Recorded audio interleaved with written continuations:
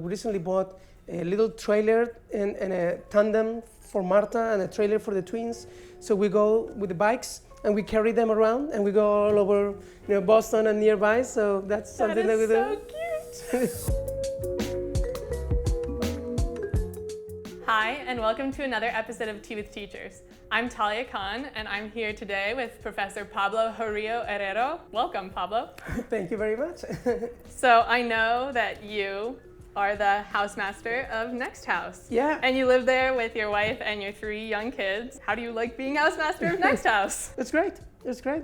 I've always interacted a lot with students. I've had many Europes in my lab, for example. The undergrad community and the graduate resident tutors are sort of our community at MIT. And since we're foreigners, we don't have a very large community or family nearby or anything. Mm-hmm. So for us, it's like family. What kinds of activities do you do with your family when you're not teaching and taking care of Next House? Mostly now we do things with the kids. We like to go to the Museum of Science a lot. Mm-hmm. It's very entertaining for them. I always want to spend a bit more time just myself, but never get the chance to do it. I know that you at one point met President Obama, and you also told me before this you met the Queen of Spain in Washington, D.C. So I get this invitation to go to this banquet with the king and the queen. I'm like, okay, I only have one suit, so it was very easy what I was going to wear, just one suit. I thought, should I wear a tie? I never wear ties for anything. Yeah, I should wear a tie, but maybe if I wear a tie, I should do something special. I spent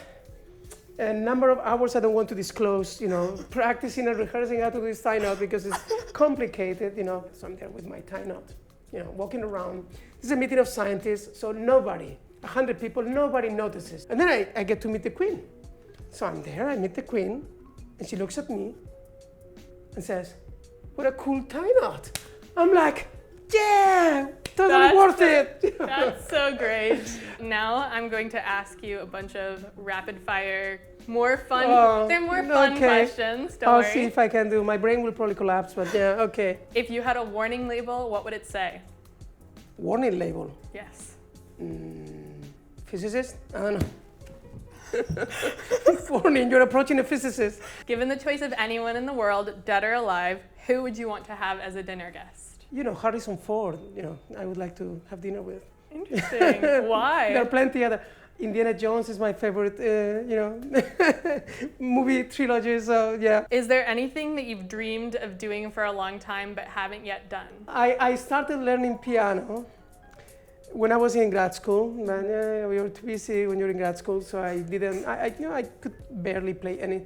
I would have liked to play an instrument. If you could pass on any piece of wisdom to your students, what would it be? So I think MIT is a little bit overwhelming at the beginning. There's so many things that you can do.